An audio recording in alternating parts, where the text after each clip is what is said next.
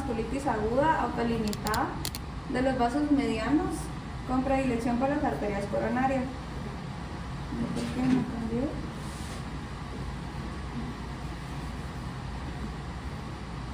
¿Por qué no cambia esta cosa?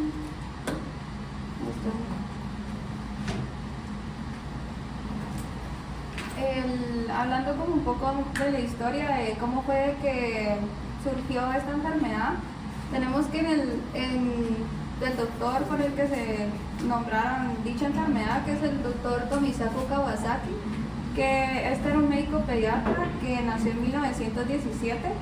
Él fue el que documentó el primer caso de la enfermedad de Kawasaki en enero de 1961.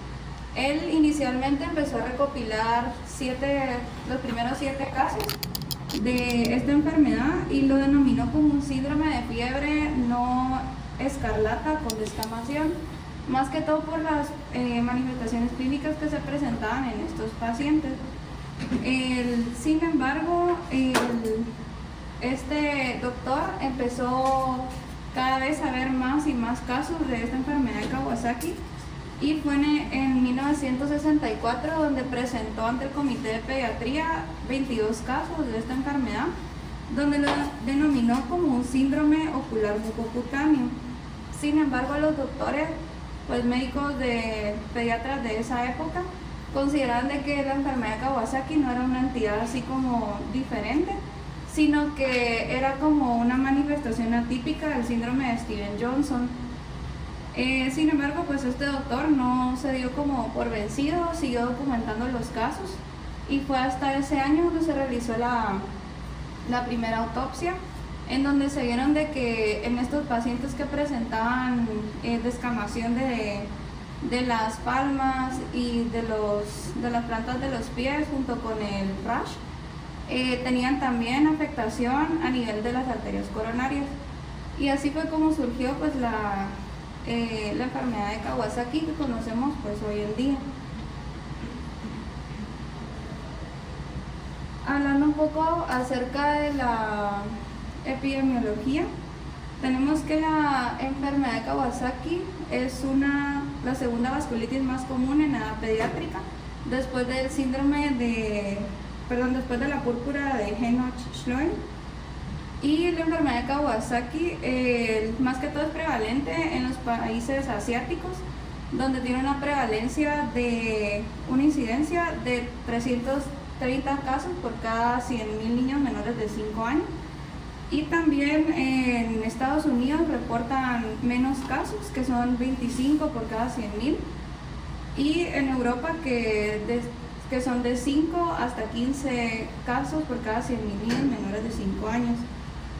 La proporción de varones y mujeres es de 1.5 a 1, y el 85% de los casos suceden menores de 5 años, con una máxima incidencia entre los 18 meses a los 24 meses de vida. ¿Pero no se está cambiando? ¿Qué más? Sí, pero no sé por qué no. Pero si no, como estoy conectada a la... Entonces pues sí porque no sé qué pasó, la verdad. ¿Qué más?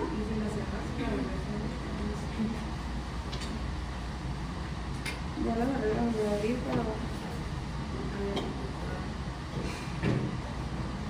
¿Pero qué le dieron de Kawasaki en lo que ahorita lo ponen ahí para que recibamos la clase que había? No sé qué pasa, ¿no? Te estás todo. No me hablan, yo les empiezo a preguntar directamente. Pues es una enfermedad, como yo decía, que da una alteración de las arterias coronarias. Pueden haber varios síntomas que la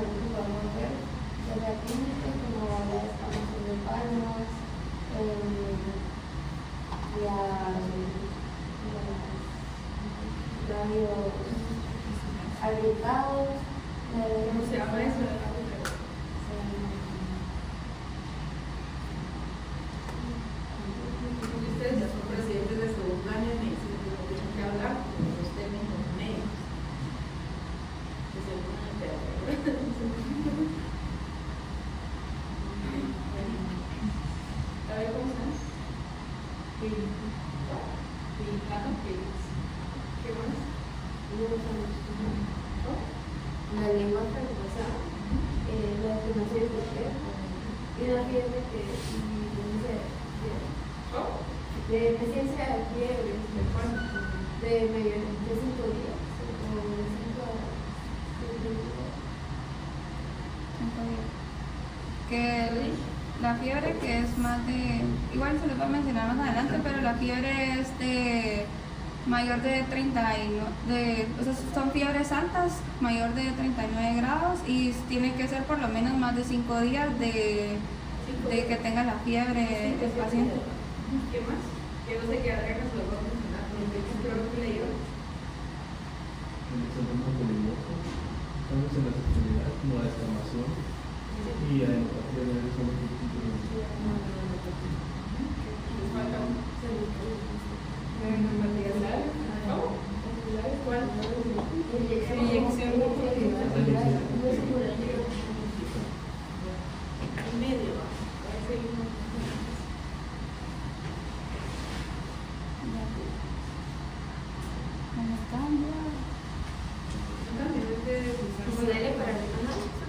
Eso dice, no, que otra vez trabaja. ¿Qué cosa? Sí, o sea, lo traté de mover, pero empezó a moverse y se quedó trabado otra vez. Y si se la apagas,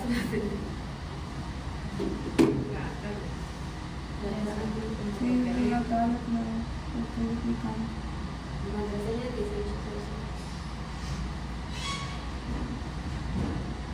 ¿Qué más nuevas de Kawasaki? Sí, creo que ya. Hablando un poco de los factores etiológicos, tenemos que se pueden agrupar en 3 grandes grupos, que son los factores genéticos, los factores ambientales y factores infecciosos.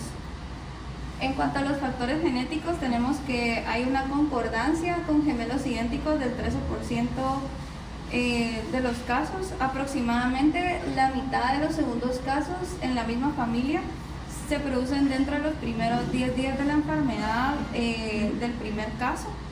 Y tenemos de que existen varios polimorfismos de un solo nucleótido de diferentes genes. Es decir, que la enfermedad de Kawasaki, digamos, no es que esté ligada como a un grupo específico de genes, sino que van a ser varios que están implicados, que más que todo son aquellos que van a hacer que tengan ligamento familiar y asociación genómica. Y también están bastante relacionados con la resistencia al tratamiento y las manifestaciones cardíacas que se van a presentar. En el caso, digamos, de estos genes está el inositol 1,4,5-trifosfato sinasa, o también llamado ITPCKC, que la presencia de este gen hace que haya una mayor susceptibilidad a que presenten una enfermedad de Kawasaki y que tengan un mayor riesgo de formación de aneurisma. También este gen está involucrado en la liberación de interleucinas proinflamatorias como la interleucina 1 e interleucina 18, lo cual va a hacer de que hayan niveles más altos circulando a nivel periférico y que se asocian a la resistencia al tratamiento. Y está también los genes asociados a la caspasa 3, que la caspasa 3 es un mediador de la apoptosis, el cual se dirige específicamente a las células del músculo liso de la arteria coronaria en los pacientes con enfermedad de Kawasaki, por lo cual también le va a predisponer a tener mayores afectaciones cardíacas. En cuanto a los factores ambientales, existen como varios estudios que se han realizado en Japón, porque es ahí donde se han documentado la mayor parte de casos, en donde han analizado más que todas las epidemias que han ocurrido allá en Japón, donde sugieren de que el agente causal podría ser un agente microambiental que está transportado por vientos troposféricos. Y también se ha visto que como que está ligado a estaciones del año allá en Japón, que en enero y de marzo a junio. Más que todo en estas épocas que son frías, que por eso es de que también Se cree de que la enfermedad de Kawasaki puede ser como secundaria o se puede dar después de una enfermedad viral. Y la teoría infecciosa, que en más que todo trata de explicar de que la enfermedad de Kawasaki se puede dar secundaria a un agente infeccioso desconocido, la cual activa el sistema inmunológico en un paciente que es genéticamente susceptible. Ya habiendo mencionado pues estos como factores etiológicos, se explica un poco acerca de la fisiopatología.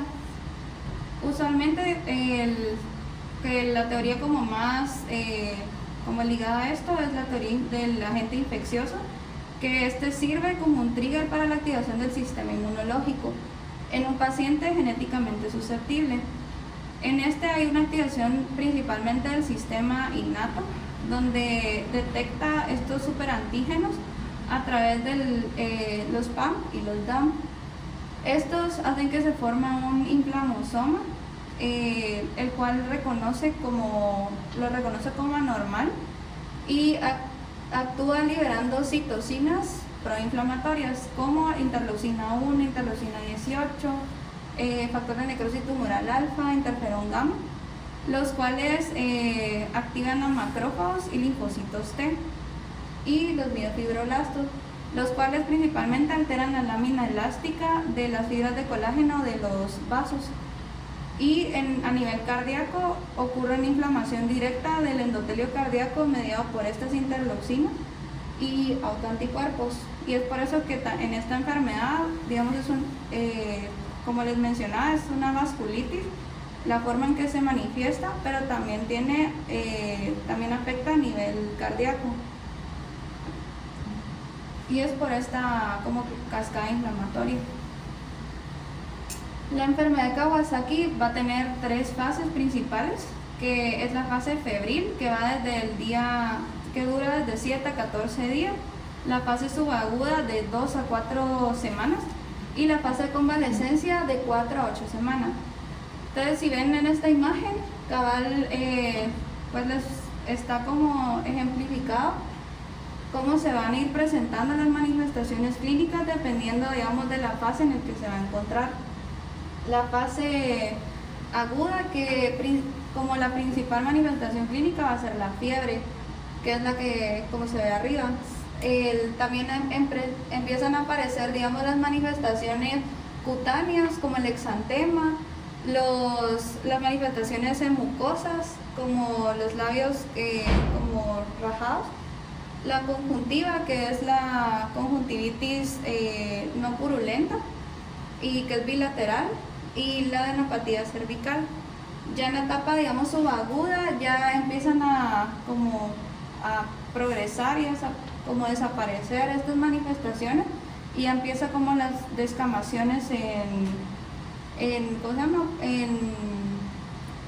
palmas y plantas de los pies, aunque principalmente primero empieza como un edema y ya después progresa a la descamación. Y es cuando empiezan a tener como manifestaciones cardíacas, pero no tan evidentes. Y ya en la etapa de convalescencia, más que todo, son los cambios a nivel de la vasculatura cardíaca y ya tenemos la descamación.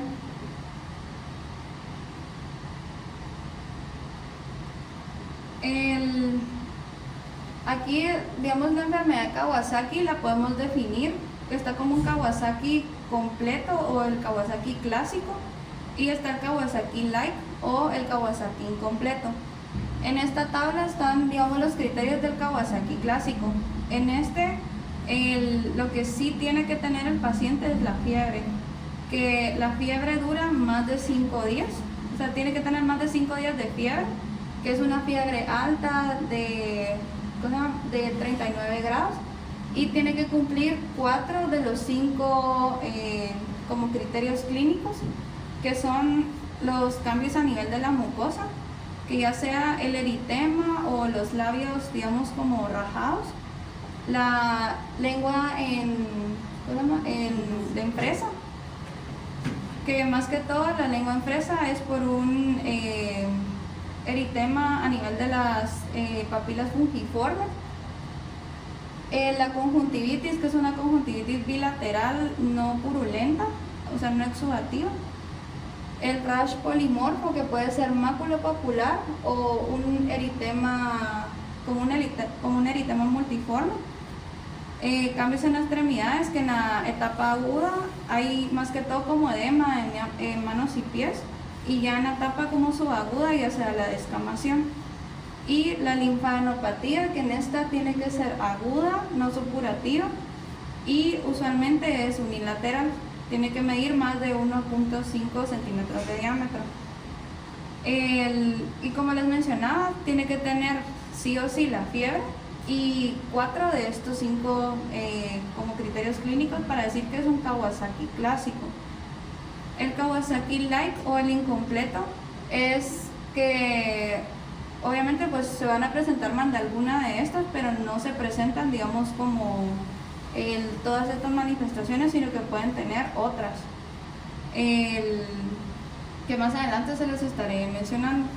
Ahorita estas son como imágenes de cómo se presentan dichas manifestaciones. Si se dan cuenta, en la parte de arriba, lo que menciona como la conjuntivitis, que no es no purulenta, o sea, no tiene secreción, y es en ambos ojitos. La lengua en fresa, que es la que aparece en la esquina inferior izquierda. Los cambios a nivel de la mucosa, que son como los labios como rajados. Y ya las manifestaciones tardías, que son la descamación en palmas y plantas de los pies, que usualmente esta ya es cuando ya la enfermedad pues ya está en la etapa de convalecencia, que es entre la 4ª y 8ª semana. Pero todos han visto Kawasaki aquí en Florida. Sí. ¿De dónde es?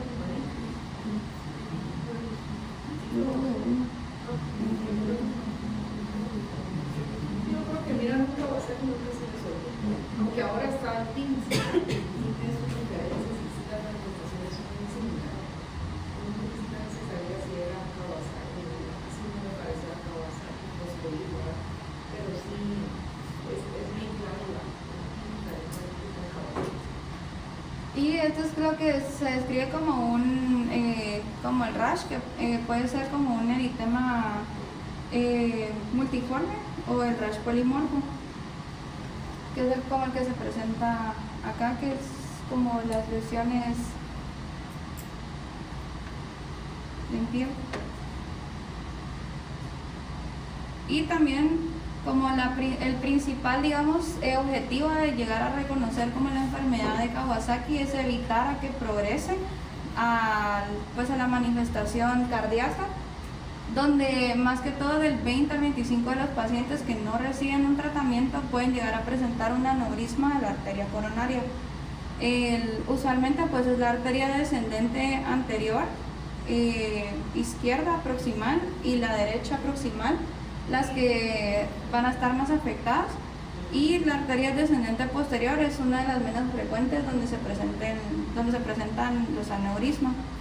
En la imagen cada vez se mira como es una angiografía donde se puede ver mejor pues los aneurismas de estas arterias. Y en esta les puse la imagen de un ecocardiograma, donde arriba es un ecocardiograma normal de un paciente, donde está, digamos, el ventrículo derecho, el ventrículo izquierdo y la aorta, y cabal en esta como porción de acá es donde se debería de ver las arterias coronarias. En un paciente con Kawasaki, si se dan cuenta, en esta, a la par de la aorta, están como dilatadas, entonces es el aneurisma. Existen otras manifestaciones del Kawasaki, pero que son menos comunes.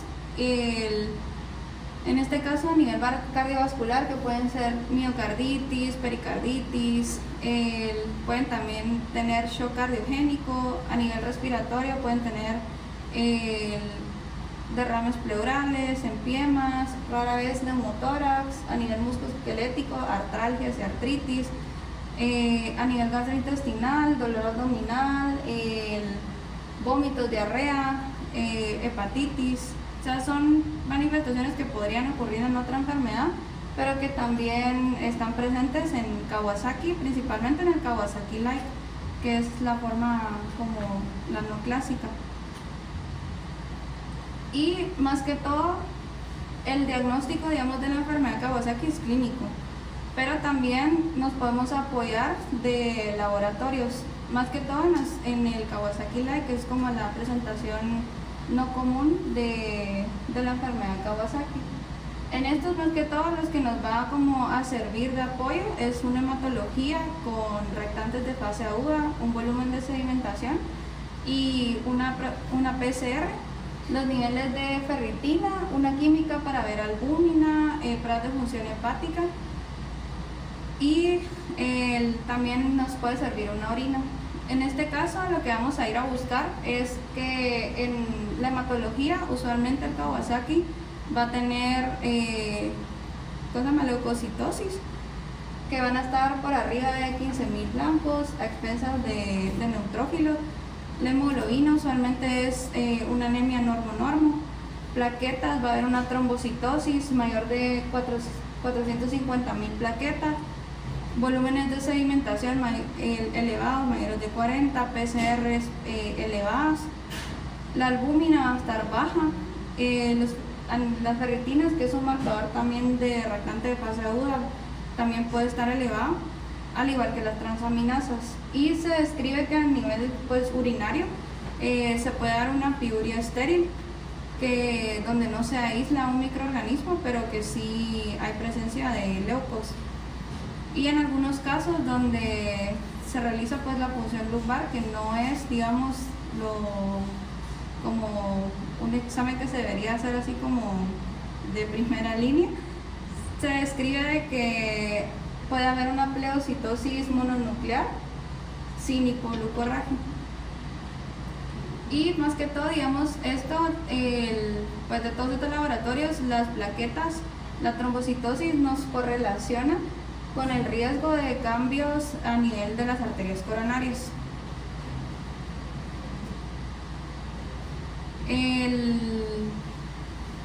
Ya hablando un poco acerca del manejo, más que todo en la etapa aguda, cuando nosotros ya tenemos un paciente que cumple con los criterios clínicos del Kawasaki, que ha tenido más de 5 días de fiebre y tiene como 4 de 5 manifestaciones clínicas, el tratamiento con esto es la inmunoglobulina, la cual se coloca de 2 gramos por kilo y se pone en una infusión de 8 a 12 horas. También parte de su tratamiento es la aspirina, que como ocurren también manifestaciones cardíacas, la literatura menciona que se puede utilizar aspirina en dosis moderadas o altas. Si se usa dosis moderadas es de 30 a 50 miligramos kilo, o en dosis altas que ya son de 80 hasta 100 miligramos kilo. En esto, digamos, en los estudios cada vez hay más pruebas de que la aspirina, ya sea que utilicemos dosis a medianas o dosis altas, en la fase aguda, no se ha visto que hay como un beneficio de usar dosis elevadas o moderadas de aspirina. Por lo que, digamos, depende más que todo como de la experiencia del clínico, de utilizar ya sea las dosis de 80 a 100 o las dosis de 30 a 50 de aspirina, pero lo que sí os digo es que el paciente con Kawasaki tiene que tener aspirina. Más que todo, digamos, se utiliza como, no tanto por su efecto antipirético, sino que también por las manifestaciones que podemos tener a nivel cardíaco. Y esta se inicia hasta que el paciente lleve sin fiebre de 48 a 72 horas y se continúa de 6 hasta 8 semanas. Y algo que es importante mencionar, que la inmunoglobulina, su eficacia radica en iniciarlo en los primeros 10 días del inicio de la fiebre. Ya después de este tiempo, no se ha visto que tenga una mayor como efectividad en los pacientes con Kawasaki. Aquí les puse un diagrama de, digamos, de cómo abordar la enfermedad de Kawasaki, que existen, digamos, pacientes de bajo riesgo, alto y de alto riesgo. Los pacientes de bajo riesgo se utilizan, digamos, inmunoglobulinas de 2 gramos por kilo en una sola infusión. O también iniciar pues el uso de la aspirina en los pacientes de alto riesgo, que son estos, que son, digamos, como el Kawasaki Like, que son aquellos que se presentan en menores de 12 meses, que tienen el hematocrito disminuido, el trombocitopenia, que tienen hiponatremia, elevación de las transaminasas y PCRs bastante elevadas.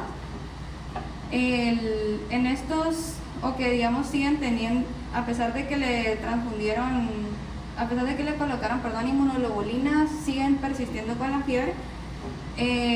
Estos son como los criterios de alto riesgo. Se considera en volverle a colocar las dosis de inmunoglobulina, inclusive hasta una segunda dosis. Y ahí es donde se utilizan otro tipo de tratamientos como los esteroides o, como les mencionaré adelante, como alguna otra terapia de anticuerpos monoclonales. Digamos, si a pesar de esto nuestro paciente, si la fiebre, digamos, remite, entonces pues se le puede dar al paciente de alta.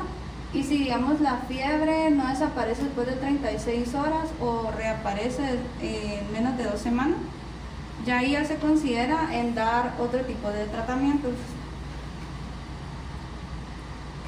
¿Cuándo es que decimos nosotros que resisten al tratamiento? Es cuando la fiebre persiste o vuelve después de 36 horas, después de que nosotros finalizamos la infusión inicial con inmunoglobulinas. Para la resistencia al tratamiento pues existen varias como alternativas que se pueden utilizar como después de la inmunoglobulina. Se puede considerar en dar una segunda dosis de inmunoglobulinas igual a 2 gramos por kilo, pero hay que tener como en cuenta de que los pacientes que tienen grupo sanguíneo A y B o AB pueden hacer hemólisis. También describen el uso de la prednisolona a 2 gramos por kilo cada 8 horas por 5 días en aquellos que están hospitalizados, o prednisona igual a la misma dosis por 15 días. O como les mencionaba, igual a metilprednisolona solo si el paciente está pues ingresado. Está también el uso de infliximab, que es un anticuerpo monoclonal anti-TNF-alfa, que se utilizan en dosis de 10 miligramos por kilo cada 2 horas. O el etanercept, que igual es un anticuerpo monoclonal que se une al factor de necrosis tumoral beta y alfa. Y también habla acerca de las ciclosporinas y la ciclofosfamida. En el artículo que yo revisé mencionaba que más que todos los corticosteroides, que junto con la inmunoglobulina había reducido una resistencia a la inmunoglobulina, y que disminuía la incidencia de anormalidades a nivel de las arterias coronarias un 5.9% de los casos. En el caso de infliximab, en este estudio mostró una menor duración de la fiebre y menor necesidad de terapias adicionales, menos anemia y una hospitalización más corta en aquellos que utilizaron infliximab como parte del tratamiento que tuvieron resistencia. Y en el caso de la anakinra, demostró que la dosis de 2 a 6 fue bien tolerado y se asoció con el cese de la fiebre y una remisión más que todo de la fiebre.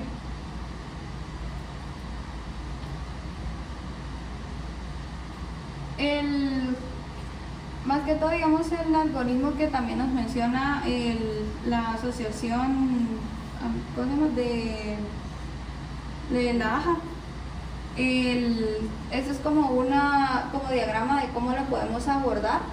O sea, en el caso, digamos, de que sospechemos de Kawasaki, hacemos los laboratorios de hematología, nos cumple con criterios de Kawasaki completo, entonces iniciamos inmunoglobulinas y aspirina y miramos si no tiene algún grupo de riesgo, que los grupos de riesgo son estos, si son menores de 6 meses o si tienen alguna manifestación cardíaca. Si en dado caso, pues sí, entonces se monitoriza al paciente y se repite un ecocardiograma al segundo o tercer día. Si la fiebre, digamos, sigue la fiebre, si la fiebre, digamos, cede, entonces lo podemos mandar a casa con un seguimiento por parte de cardiología y pues se brinda plan educacional. En el caso, digamos, que a pesar de que nosotros, o sea, el paciente pues sí cumple con criterios de Kawasaki completo, le damos inmunoglobulina, cumple con criterios de riesgo alto, si no cumple, entonces lo reevaluamos de 36 horas después del uso de inmunoglobulina, y si la fiebre persiste, entonces hay que valorar como si se le coloca como algún tipo de tratamiento de la resistencia. En el caso, digamos, de los criterios como incompletos del Kawasaki, es los que me mencionan acá, que los criterios de un Kawasaki incompleto es una fiebre prolongada, que no se explica, digamos, que no tiene como alguna asociación infecciosa, o que también tenemos laboratorios donde una PCR elevadas, anemia, trombocitosis, las de función hepática que están elevadas, que era lo que les mencionaba yo de los que podemos nosotros observar en los laboratorios. Y en los pacientes, todo paciente con Kawasaki pues tiene que tener una evaluación por cardio, más que todo un ecocardiograma por el riesgo de los aneurismas. Los aneurismas pues que se van a presentar, digamos, dependiendo del tamaño, en pequeños, medianos y grandes. Todos, independientemente del tamaño, tienen que tener su aspirina como tratamiento y se tiene que hacer un seguimiento, o sea, un ecocontrol a los 2 o 3 días para ver si, digamos, si el tamaño no aumentó o si se redujo o se quedó igual. Y dependiendo del tamaño, digamos, del aneurisma, se puede valorar como el uso de, o sea, ya solo que solo se quede con aspirina o que también se le agregue clopidogrel o que se anticoagule o que se utilice beta bloqueadores. Más que todo se utilizan anticoagulación y beta bloqueadores en los aneurismas que son grandes. Y pues tiene que tener igual un seguimiento por parte de cardiología. Este seguimiento es 6 a 8 semanas después de nosotros haberle dado el alta a los pacientes con Kawasaki, y usualmente aquellos pacientes que tuvieron algún aneurisma pequeño tienden a resolver, pero digamos existen muy pocos casos, el 0.2% de los casos donde son fatales, donde pueden presentar infartos agudos al miocardio y muerte súbita. Existen también consideraciones especiales que uno tiene que tener en cuenta. Digamos, aquellos pacientes que recibieron inmunoglobulina no los pueden vacunar ustedes con virus vivos. Pues si ha recibido inmunoglobulinas en los 11 meses previos.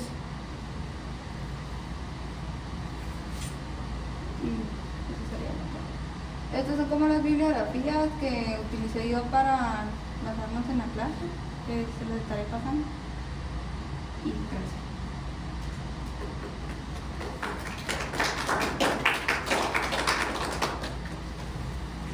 ¿Dudas? Pero tenemos la duda, la escala de Kobayashi es para dar una resistencia a ciertos pacientes de Sí, yo creo que sí. Casi no la usamos, pero sí es escala. Ustedes la usan. No, Es que nosotros lo utilizamos más en el circuito porque nosotros tenemos un paciente que era de Taiwán. ¿Qué era de? De Taiwán. Ah, de veras. Sí. Era puro. Y el papá es de Taiwán, la mamá es guatemalteca. Pero el niño nació allá y que le daba al papá.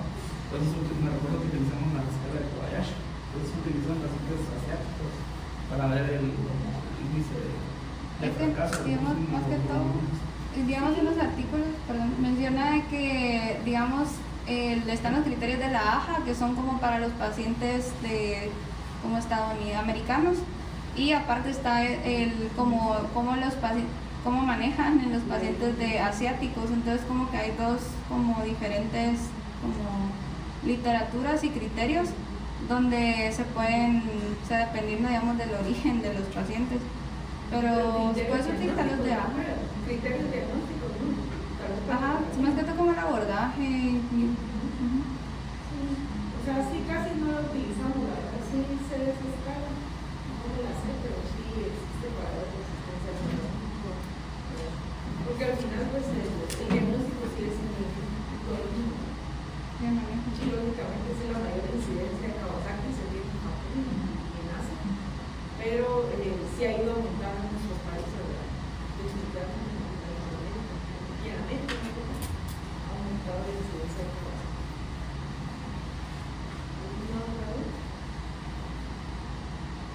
Mi duda es el seguimiento ya después de la resolución de los síntomas.